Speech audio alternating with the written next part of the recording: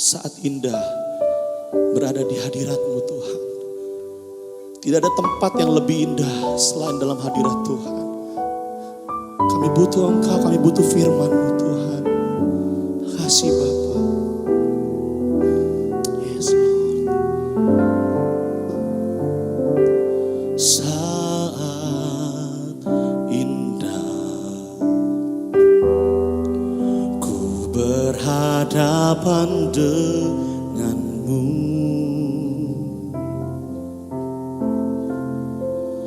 memandang wajah-Mu, Yesus kekasih jiwaku. Bawa daku,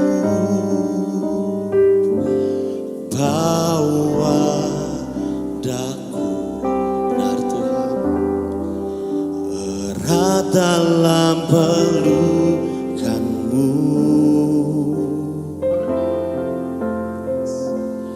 menikmati kasih dan indahnya hadirat-Mu.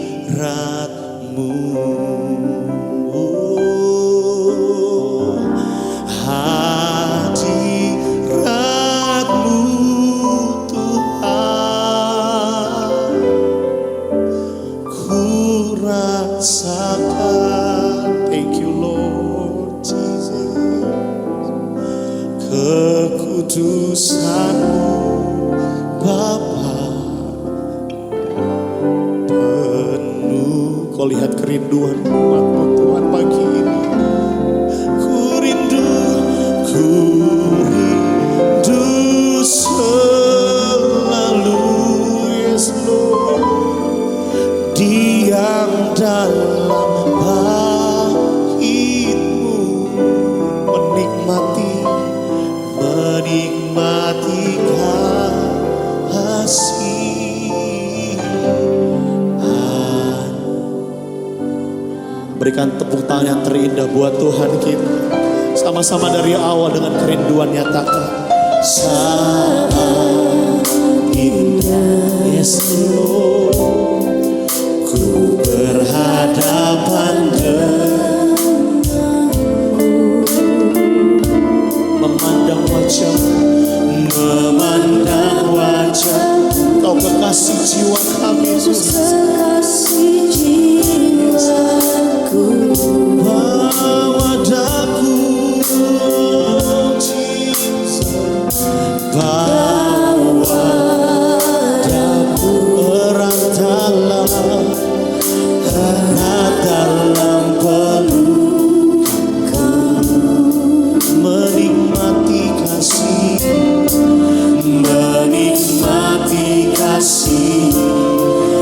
dan indahnya hadirat-Mu Tuhan. Hadirat-Mu Tuhan, ku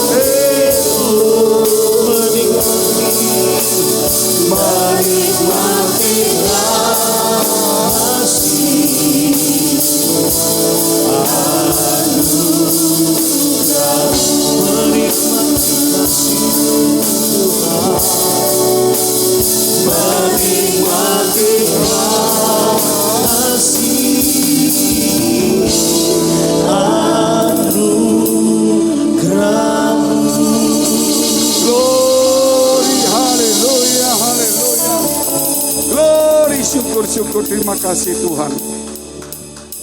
Tuhan, saat ini kami datang di bawah kaki-Mu. Kami rindu akan firman-Mu. Buat hati kami selalu haus dan lapar akan firman-Mu. Dalam rumah tangga, keluarga kami, bahkan dalam gereja di mana kami Tuhan berjemaat.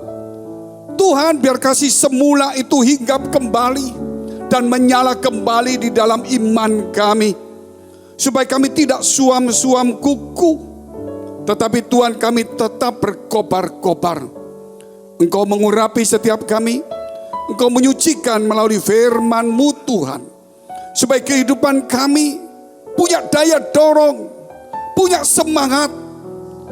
Kiranya Tuhan, biar semangat itu tetap menyala seperti api yang memang Kau curahkan dalam hidup kami, yaitu api Roh-Mu sendiri. Supaya kami tetap Tuhan menjadi berkat dan terang dimanapun kami berada. Kau sucikan semuanya. Kami berdoa untuk mereka yang di dalam persoalan, mereka yang di dalam masalah dan pergumulan.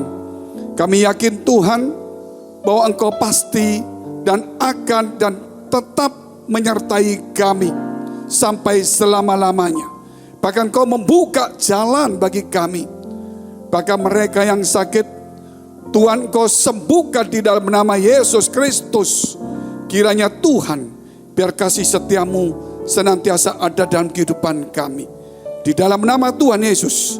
Haleluya. Amin. Amin. Silakan duduk saudara.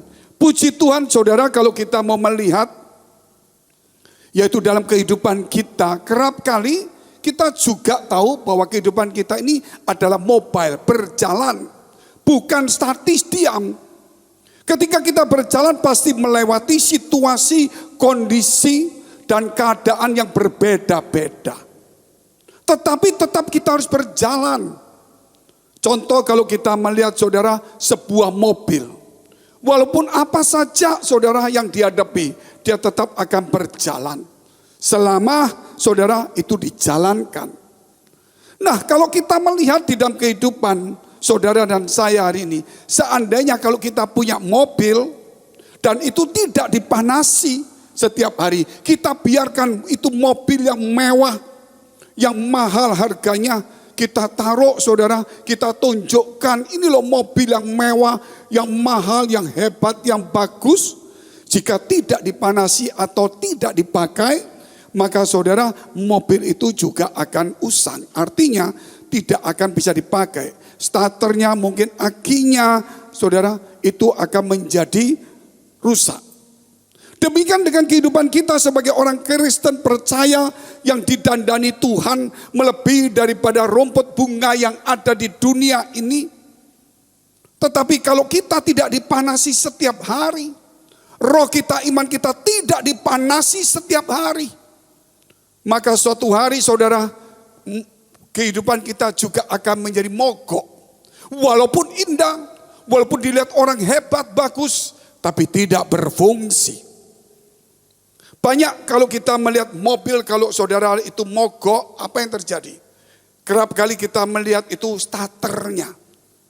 Walaupun mobil itu mewah, kalau starternya saudara, di starter nggak bisa, starter nggak bisa, starter nggak bisa. Berarti akinya rusak. Pasti didorong. Nah, itulah menunjukkan orang Kristen yang sering didorong, berarti saudara ada sesuatu yang rusak di dalam kehidupannya. Walaupun mesinnya baru, plat nomornya, STNK-nya semua bagus, tetapi kalau didorong berarti ada sesuatu yang rusak. Tidak ada lagi artinya mobil yang mewah, mobil yang mahal jikalau tidak dipakai. Sebab itu kehidupan kita jangan cuma ditunjukkan kehebatan apa yang kita miliki, tetapi apakah hidup kita ini berfungsi baik. Sebab itu hari ini kita akan ambil sebuah tema, yaitu Roh Allah hadir atau meninggalkan. Satu saat saudara, ketika saya ada di negeri Eropa situ, salah satu di Eropa, pada pagi hari ketika saya dari lantai 3 mau mandi, ketika saya keluar dari kamar itu, saya melihat satu sosok yang menghadang jalan saya di pintu kamar itu. Saya tahu itu saudara adalah Tuhan. Cuma saya tidak melihat wajah dengan jelas, tapi saya tahu itu Tuhan. Yang saya lihat itu bayangan tangannya, bayangan semua. Kalau saudara seperti melihat itu cahaya dicampur dengan air saudara. Jadi kelihatan cahaya yang ya gemerlap begitulah.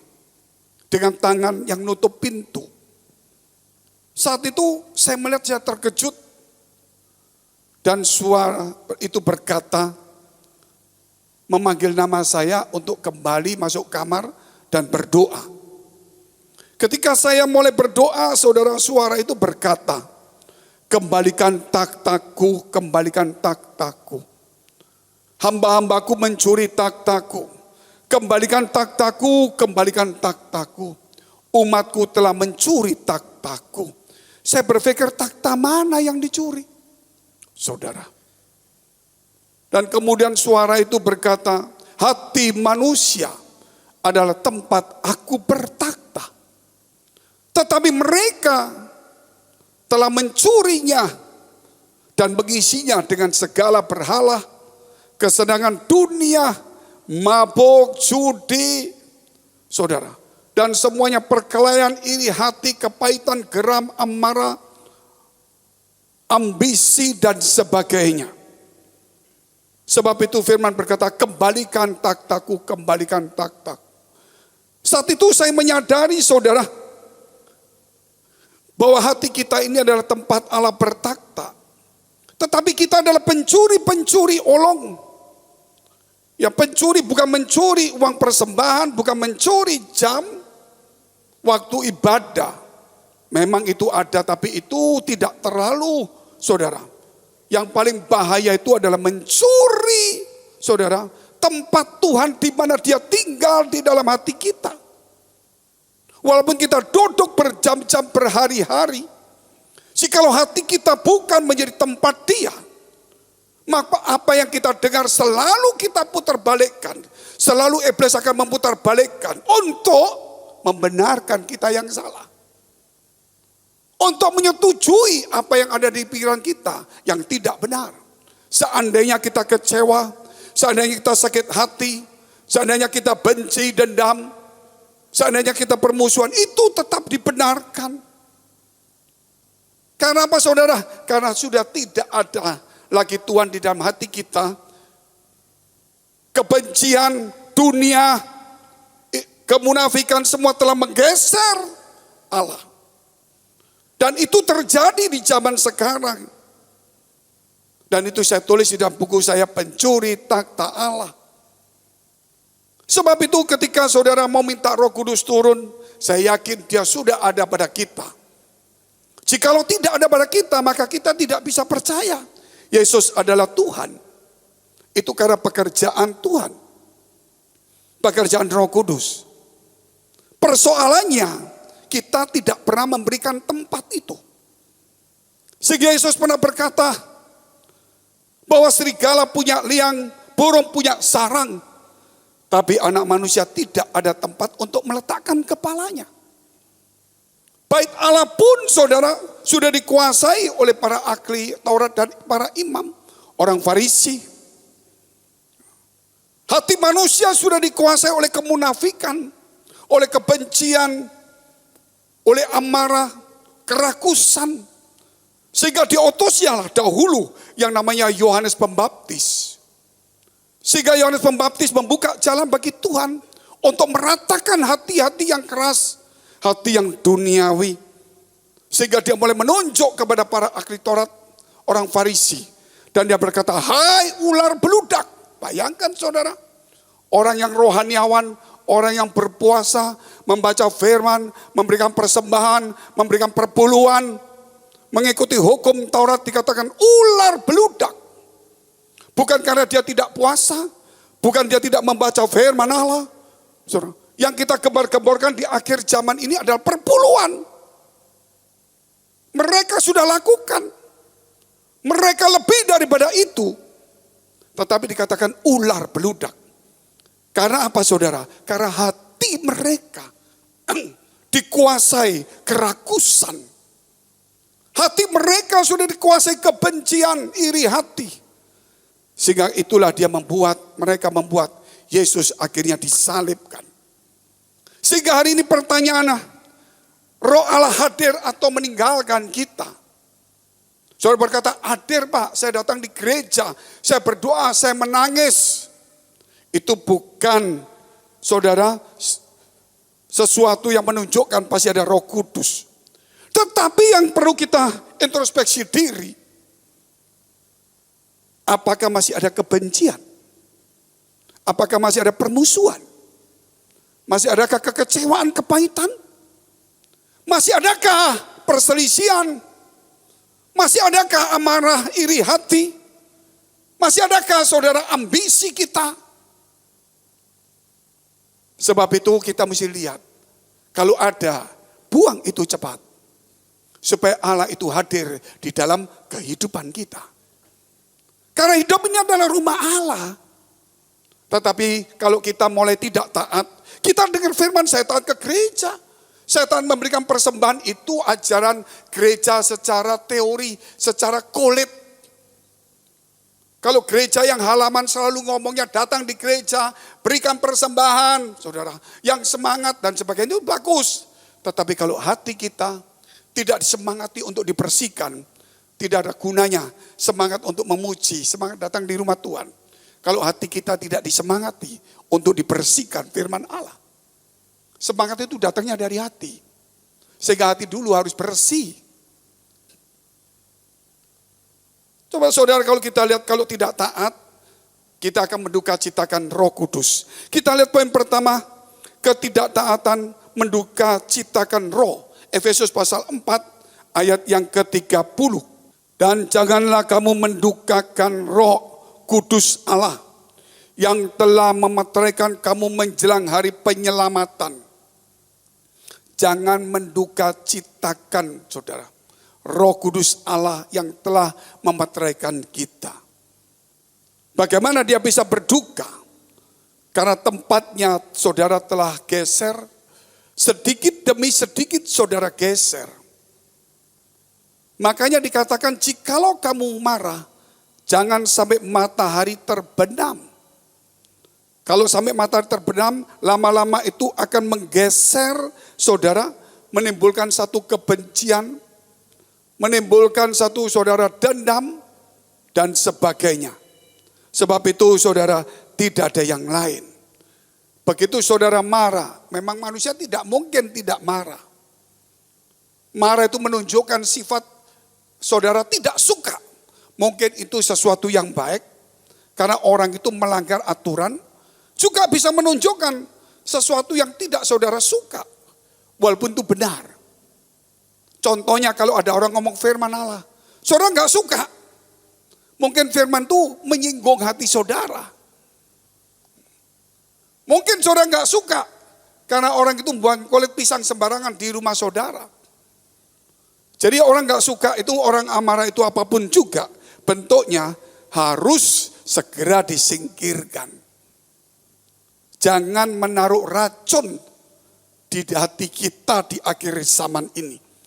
Sambil kita berdoa, sambil memuji Tuhan, sambil melayani, namun kita tetap menaruh racun di dalam hati kita. Sehingga hidup kita ini saudara tidak sesuai, tidak bertumbuh, tidak berbuah. Sebab itu jangan menduka citakan. Kalau kita menduka citakan, saudara, bahwa Roh Kudus itu disebut juga dia memberikan kuasa kepada kita. Kuasa itu, saudara, di dalam bahasa aslinya dunamos. Kamu akan menerima kuasa kalau Roh Kudus turun atas kamu. Kisah Rasul 1 ayat 8. Kamu akan menjadi saksiku. Jadi kalau Roh Kudus turun, saudara, ada 3 hal yang terjadi. Kita menerima kuasa untuk bersaksi dan mobile berjalan terus, bukan berhenti. Sampai ke ujung bumi. Nah, kita bicara tentang kuasa dulu. Kuasa itu dunamos. Dunamos itu, saudara, akhirnya menjadi kata dinamit. Dinamit. Jadi kalau kita tidak taat, kuasa itu bisa merusak kita sendiri. Contoh saudara, kalau saudara pasang dinamit, kalau saudara tidak taat dengan aturan itu akan meledak dan merusak kita sendiri. Padahal itu tujuannya untuk yang lain. Listrik juga sama. Kalau saudara tidak taat, harusnya begini, harusnya seperti ini, harus isolasi. Mungkin saudara tidak taat, nggak apa-apa. Akhirnya saudara akan menyengat hidup kita juga. Karena itu kuasa, itu aliran, saudara. Dia akan tetap mengalir di dalam hidup kita. Tapi ketika kita mulai tidak taat, tidak sesuai dengan firman, itulah berbahaya. Kita lihat firman Tuhan, yaitu salah satu contoh. 1 Samuel 15 ayat 24 dan 26. Berkatalah Saul kepada Samuel, aku telah berdosa.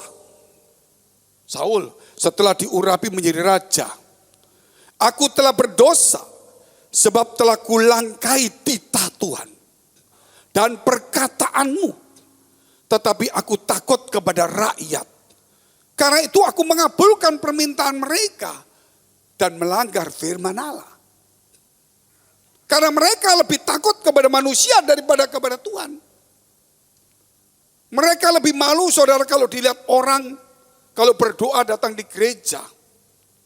Daripada mereka, saudara, malu kalau nggak ke gereja, dilihat malaikat Tuhan. Kita lebih senang, saudara, untuk hal-hal yang bisa kita lihat, tapi kita lupa. Ada yang melihat kita, tapi kita tidak pernah melihat dia. Dan dia menatap, tidak pernah tertidur. Dialah Tuhan kita. Berkatalah Saul kepada 25. Maka sekarang ampunilah kiranya dosaku. Dia minta ampun bukan? Minta ampun. Kembalilah bersama-sama dengan aku. Maka aku akan sujud menyembah kepada Tuhan. Tetapi jawab Samuel kepada Saul, aku tidak akan kembali bersama-sama dengan engkau. Sebab engkau telah menolak firman Tuhan. Sebab itu Tuhan telah menolak engkau sebagai raja atas Israel. Tragis ya. Katanya Tuhan Maha Pengampun. Kok enggak ngampuni? Saudara lihat itu firman selalu saudara mesti belajar. Supaya jangan melihat satu sisi membenarkan kita. Tapi harus lihat dari sisi, dari pandangan Allah. Kalau seseorang itu berdosa kepada manusia, Tuhan bisa mengampuni dan mendamaikannya. Tapi kalau seseorang itu berdosa kepada Tuhan, siapa yang bisa mendamaikannya? Kalau saudara melawan seseorang, Tuhan bisa mengampuni. Tapi kalau saudara berdosa kepada Tuhan, saudara melawan kepada Tuhan, saudara memberontak kepada Tuhan, dan kita mau datang di gereja tapi tidak mau taat. Di gereja dengar tapi kita bantah, saudara. Di gereja kita ikuti tetapi menjadi persoalan di gereja. Menabur kebencian, menabur permusuhan, menabur iri hati. Makanya saudara kalau dengar firman ini tidak mudah. Kalau kita tidak siap untuk diubah. Dengar firman ini saudara enggak tahan. Tetapi kalau saudara ingin berubah, ingin dikeluarkan duri-duri yang ada di hati, ingin mengeluarkan racun-racun yang meracuni hidup kita, saudara pasti senang dengar firman seperti ini. Karena ini ada di dalam hati kita. Mungkin yang ini 10%, yang model ini 20%, yang ini 90%, saudara. Nah itu tugas kita setiap hari.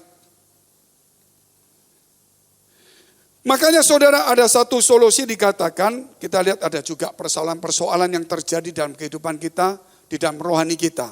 Yaitu Efesus pasal 4 ayat 26 sampai 32.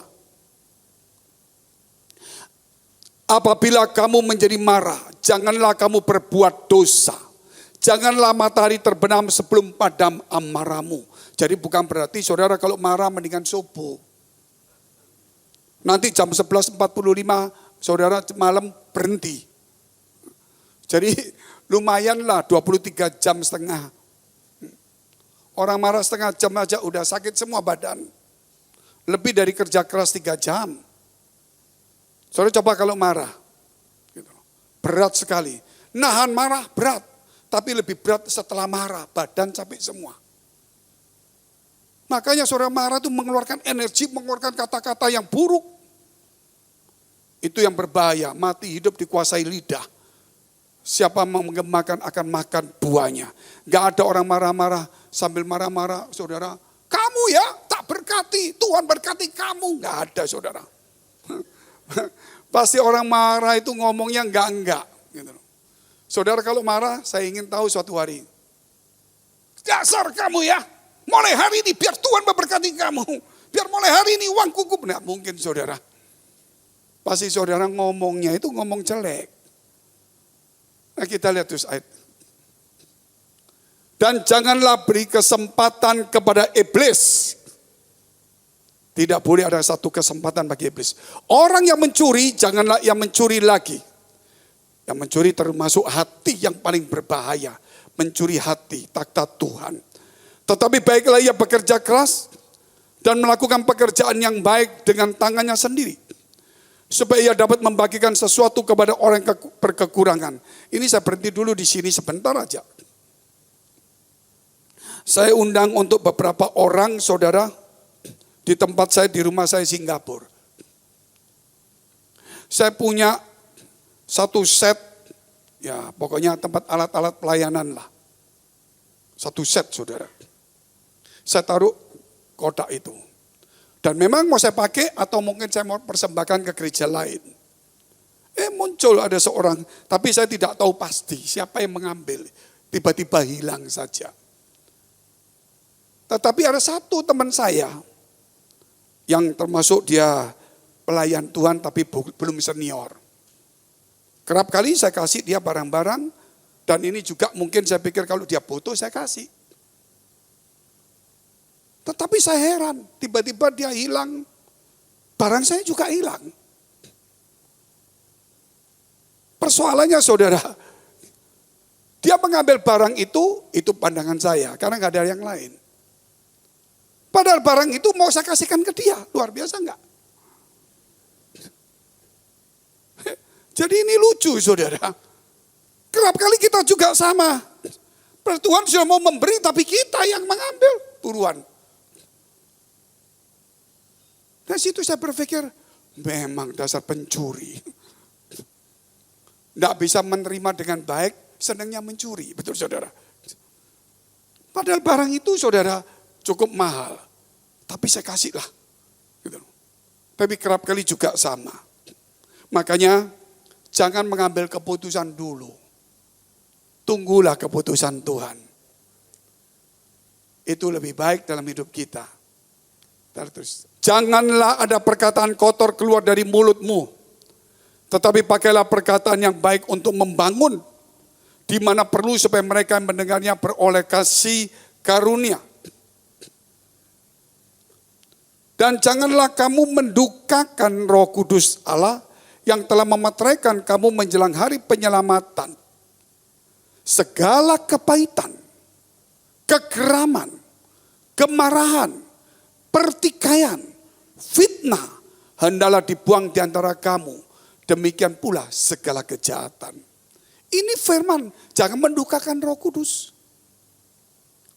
Kenapa harus dibuang? Saudara. Supaya tempat ini murni menjadi rumah Allah. Saudara, supaya Allah bisa berbicara, memimpin, mengatur hidup kita dengan baik. Ayat 32. Tetapi hendaklah kamu ramah seorang terhadap yang lain. Penuh kasih mesra dan saling mengampuni. Sebagaimana Allah di dalam Kristus telah mengampuni kamu. Bukalah seluas-luasnya hati untuk Tuhan. Karena Tuhan akan memampukan kita untuk mengampuni semua orang. Orang yang paling berat musuh yang paling dalam kerap kali adalah mertua. Hati-hati saudara. Mau ambil anaknya, enggak mau ngambil mamanya. Kalau enggak ada mamanya, enggak ada anaknya. Kalau saudara sama anaknya, hormati mamanya. Saya melihat ada di salah satu negara di Asia ini. Mamanya itu dipukulin sama anak perempuan, sama menantu laki-lakinya. Sampai mati. Mertua laki-lakinya nolong, tidak kuat karena itu sudah tua. Kenapa seperti ini, saudara? Ada kepahitan, ada kekecewaan. Tidak ada pengampunan, tidak ada kasih. Padahal mamanya membesarkan dia. Saudara lihat itu. Kalau anak kita sakit, mungkin sampai seandainya besar pun sakit. Sampai dia buang kotoran di tempat tidur. Belum tentu istri bisa bersihkan dengan baik. Walaupun dia mengasihi. Tetapi mama mau bersihkan itu. Saudara. Walaupun saudara tidak seperti istri, berbeda fungsinya. Jadi kasih istri itu kasih tulus untuk bersama-sama mendukung, menguatkan. Tapi kasih mama setelah dia bersatu, itu saudara mau mengambil sesuatu yang memang tidak bisa dikerjakan oleh orang lain. Karena dia yang membesarkan, dia tidak mau sampai ada sesuatu terjadi. Bukan berarti istri jelek, bukan saudara. Tetapi saudara coba lihat, seorang anak ketika mamanya sakit buang kotoran, ada yang bisa bersihkan enggak? Enggak bisa. Saudara, kalau kita lihat orang tua kita sakit di ranjang, kita enggak mungkin buang kotorannya. Tapi kalau anak kita sakit, kita berani buang kotorannya. Ini menunjukkan saudara, bahwa kasih Bapak kepada kita itu besar. Kasih kita kepada Bapak itu berkurang. Makanya Tuhan ajarkan kepada kita untuk hukum terutama dan utama, kasihlah Tuhan Allahmu dengan segenap hatimu dan sebagainya. Hormatilah orang tuamu, saudara. Jadi yang kalau kita lihat ayat 4 pertama, dari 10 hukum Allah itu, 4 itu bicara tentang Allah Bapa. Tetapi kemudian yang lain dimulai dengan orang tua.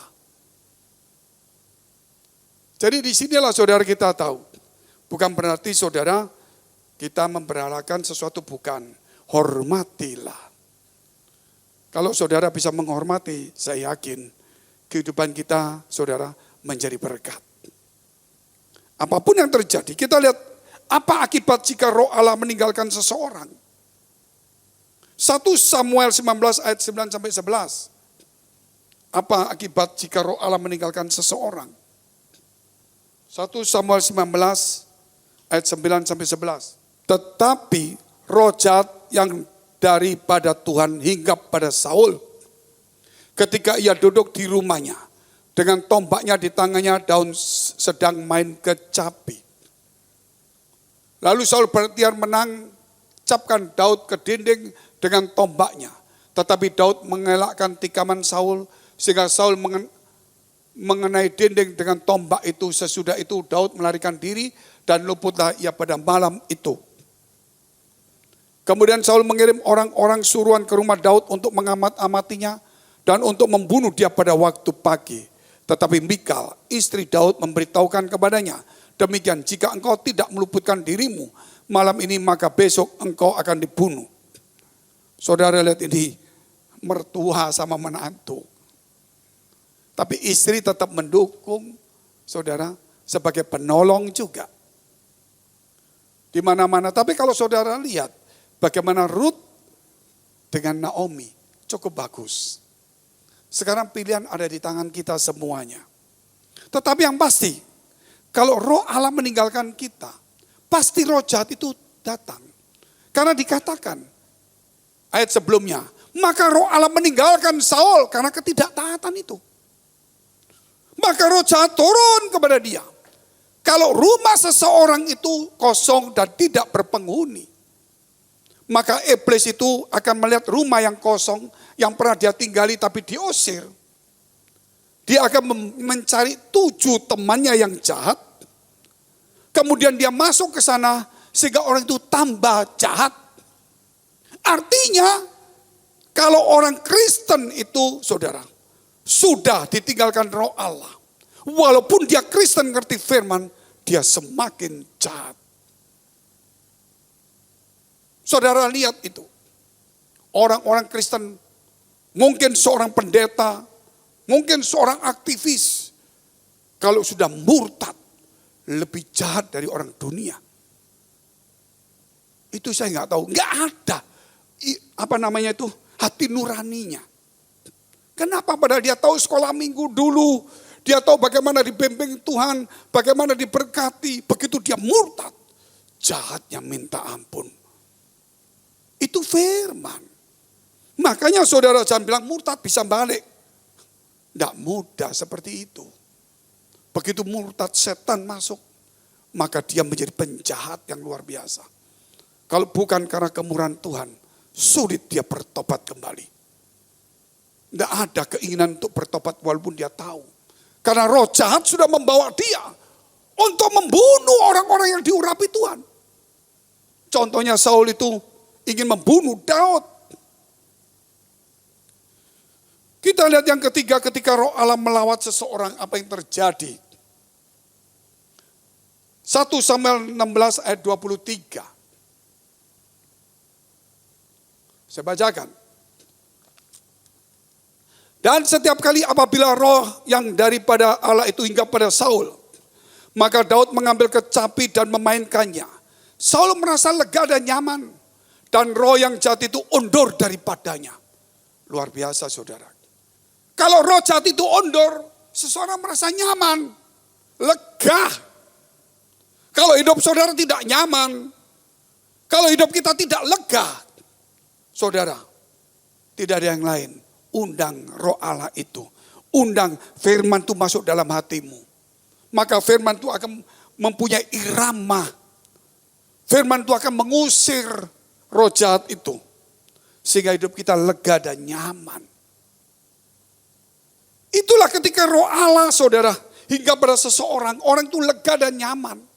Roh jahat yang pasti keluar dari hidupnya dia. Tapi kalau roh Allah tidak melawat kita. Biar hari ini juga roh Allah melawat kita. Supaya roh jahat itu yang membuat kita enggak nyaman. Dan jahat itu keluar daripada kita. Itu luar biasa. Maka setelah itu selesai, tidak lama lagi roh jahat masuk lagi kepada Saul. Dia mulai memikirkan ingin membunuh Daud lagi, mencari cara lagi. Kemudian Daud datang lagi saudara, roh jahat hilang lagi. Sehingga Saul berkata, aku hidupku enggak enak, sakit semua, rasanya enggak enak. Panggil Daud. Setiap kali kalau anakku Daud datang, nyaman, tenang. Saudara. Tetapi setelah Daud pulang, dia jahat kembali. Artinya di sini, saudara tidak bisa bergantung kepada orang. Mau dilayani terus tidak bisa. Harus saudara mengundang roh Allah sendiri dalam hidupmu. Jadikan hidupmu itu rumah Allah. Amin. Bukan Tuhan sebagai tamu. Sehingga kita tidak boleh menjadi orang yang dilayani. Belajar menjadi orang yang melayani. Kalau saudara dilayani nyaman, enggak masalah. Memang tugas kita melayani. Tetapi akhirnya saudara mungkin bisa. Tanda-tanda Saul ada pada kita. Tapi kalau kita punya jiwa melayani. Memberikan orang damai sejahtera. Roh Allah ada pada kita. Intinya saudara, yaitu jadikan hidupmu, hatimu sebagai rumah Allah. Jadi saya nanti mungkin minggu ini akan keluar sebelum Pentakosta. Gitu. Jadi kata-katanya Roh Kudus turunlah sekarang. Hatiku adalah baitmu, hidupku jadi bejanamu. Dan sebagainya, dan sebagainya. Sederhana saudara, kalau mau saya bacakan, saudara enggak apa-apa. Kalau saudara nyanyi silakan. Kata-katanya saja ya. Ini Untuk apa? Apa yang saya khotbahkan? Ini bukan sekedar nyanyian. Roh Kudus turunlah sekarang hatiku sebagai baitmu. Hidupku jadi bejanamu pakai sesuai rencanamu. Rinduku, ubahku sekarang. Sampai akhir di hidupku. Ku persembahkan bagimu. Karyamu indah bagiku dan sebagainya. Ada sebagainya saudara. Nah nanti saudara akan ya dengar pujian itu mungkin pada hari Minggu besok mungkin. Saya tidak tahu kapan ini dirilis keluar. Tapi yang pasti rinduku ubahku sekarang. Sampai akhir hidupku. Biar hidup menjadi persembahan. Karena kita rindu sekali. Hati ini menjadi rumah Tuhan. Mari kita pakai berdiri, kita mau berdoa.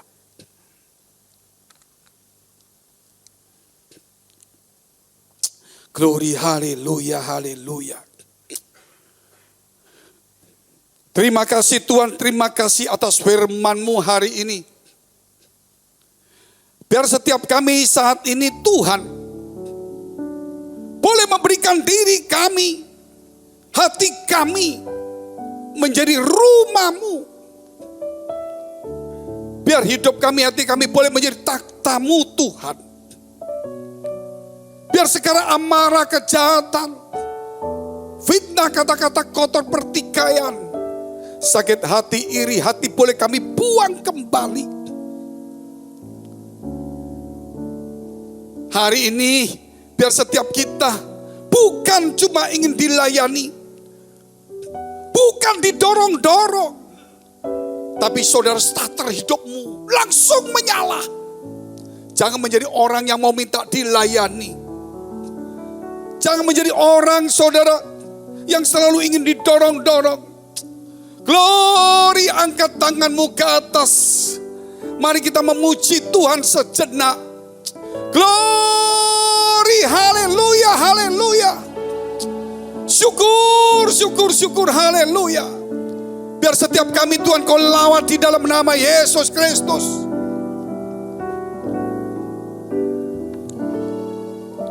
Haleluya.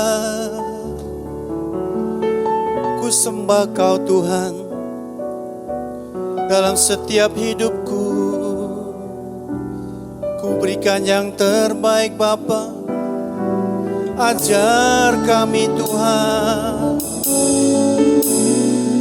tidak mendukakan Roh Kudus yang telah Kau kirim Tuhan. Haleluya.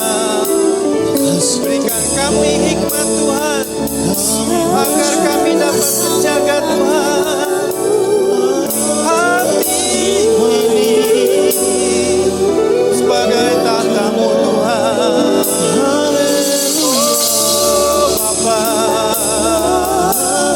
bersyukur Tuhan, segala penyertaan-Mu Tuhan di dalam hidup.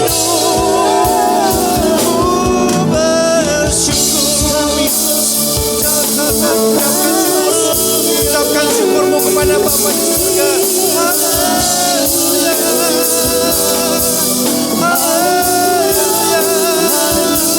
Berikan yang terbaik Bapa kepadamu Tuhan. Segala yang Ku miliki Tuhan, persembahkan padamu. Bersyukur Bapa, ku bersyukur Tuhan. Roh Kudus yang baik, Roh Kudus yang luar biasa, Roh Kudus yang berkuasa. Jamah setiap kami Tuhan, jamah setiap kami Roh Kudus. Haleluya, haleluya. Ku bersyukur Tuhan. Terima kasih Bapa, terima kasih Roh Kudus, terima kasih Roh Kudus. Tuhan, kami sembah Kau Tuhan. Kau jamah setiap jemaat-Mu Tuhan Yesus. Berkati mereka Tuhan Yesus. Curahkan api Roh Kudus Tuhan Yesus kepada setiap jemaat-Mu Tuhan Yesus. Curahkan semuanya Tuhan Yesus kepada mereka Bapa, sehingga roh mereka menyala-nyala Tuhan Yesus. Segala persoalan kami dapat tanggung Tuhan Yesus. Segala perkara dapat kami tanggung bersama Engkau Tuhan Yesus. Berikan kami kekuatan tersebut Tuhan Yesus, sehingga kami menjadi hamba-hamba-Mu yang begitu setia Bapa. Haleluya,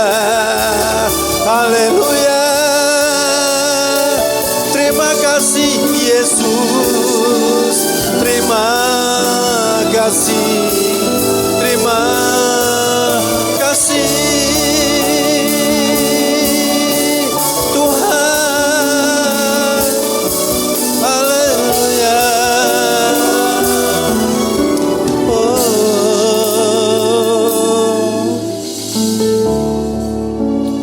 Bapa, terima kasih untuk firman-Mu Tuhan. Kami tahu Tuhan, Kau telah memberikan Roh-Mu yang kudus kepada setiap kami Tuhan Yesus. Ajar kami Tuhan, mengerti, dapat menghargai Tuhan Yesus, dapat memurnikan hati kami Bapa, sehingga kami tidak mungkin melakukan hal-hal yang dapat mendukakan Roh Kudus tersebut Tuhan. Berikan kami hikmat-Mu Tuhan dalam hidup ini, dalam setiap perkataan kami, dalam setiap pikiran kami Tuhan, dalam setiap kelakuan kami Tuhan Yesus. Ajar kami selalu menyenangkan Engkau Tuhan. Roh Kudus, pimpin kami semuanya Tuhan. Tunjukkan jalan-jalan kepada kami Bapa. Kami pada saat ini mungkin ada yang sedang dalam kesesatan Tuhan. Kami mendapat satu kebimbangan dalam hidup kami Tuhan Yesus.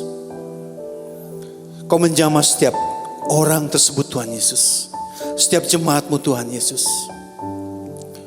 Bahwa kami tidak akan berlama-lama di dalam situasi yang demikian, karena kami percaya Tuhan, Roh-Mu dapat memulihkan semuanya itu Tuhan Yesus. Terima kasih Bapa. Mari kita berdoa syafaat.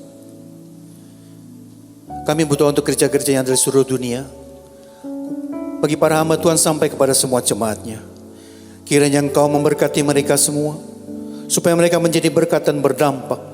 Sehingga gereja di seluruh dunia dipenuhi oleh jemaat yang mencari Tuhan dengan tulus dan takut. Buat semua hamba Tuhan dan gereja bersatu, rukun dan tidak terpecah-pecah. Supaya dunia percaya Yesus adalah Tuhan bagi kemuliaan Allah Bapa. Demikian juga untuk gereja di mana kami Engkau percayakan untuk mengembalakannya, yaitu gereja Blessing in the Spirit.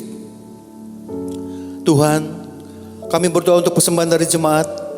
Kiranya Engkau menerima dan membalas berlipat-lipat. Biar persembahan ini berkenan kepadamu sebagaimana persembahan Habel. Tuhan, beri kemurahan-Mu. Balaslah kerelaan dan kebaikan hati jemaat. Jaga dan lindungi mereka, serta pelihara mereka beserta keluarga, pekerjaan dan kesehatan mereka. Jemaat yang dikasihi Tuhan, mari kita dekapkan kedua tangan kita di dada. Firman Tuhan mengatakan, jagalah hatimu dengan segala kewaspadaan, karena dari situlah terpancar kehidupan. Jemaat yang dikasihi Tuhan, jadilah berkat dan terimalah berkat rahmat anugerah dari Allah Bapa di surga dalam Putra Tunggalnya Yesus Kristus yang telah mati bagi dosa kita dan bangkit pada hari ketiga. Sehingga kita menyembah Tuhan Allah yang hidup dan iman kita bukan kepada Tuhan yang mati. Dia naik ke surga untuk menyediakan rumah bagi kita, sehingga kita punya pengharapan yang pasti. Dia akan datang untuk kedua kalinya, menjemput gereja dan umat yang berjaga-jaga, kudus, dewasa dan bijaksana, serta menghakimi dunia. Dan di dalam persekutuan dengan Roh-Nya yang kudus, membuat hati kita berkobar-kobar. Roh kita menyala-nyala di dalam kasih semula. Roh Kudus yang menghibur, menguatkan, memelihara, menginsyafkan, menuntun, dan memimpin kita kepada kebenaran dan kekudusan, serta menjadi saksi Kristus mulai hari ini sampai selama-lamanya. Mari kita akhiri dengan doa Bapa kami bersama-sama. Bapa kami yang ada di surga, dikuduskanlah nama-Mu. Datanglah kerajaan-Mu, jadilah kehendak-Mu di bumi seperti di surga. Berikanlah kami pada hari ini makanan kami yang secukupnya.